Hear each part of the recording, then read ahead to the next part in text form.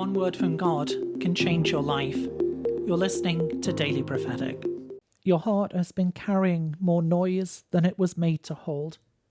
So much has pressed upon you at once.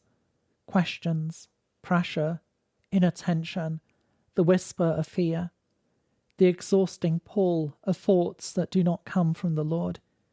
And yet, even here, the Father is not hurrying past you.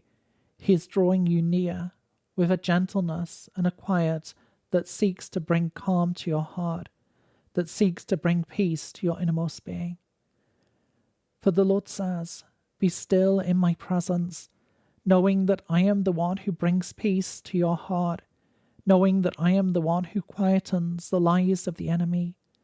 As I bring you into a place of stillness, a place of peace, I am the one who is restoring and healing you. I am the one who is renewing you, refreshing you this day.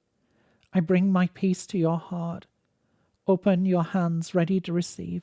Open your heart anew, for I'm bringing my perfect peace that is beyond understanding." To receive a personal word, click on the link in the top left of the screen or visit requestword.com.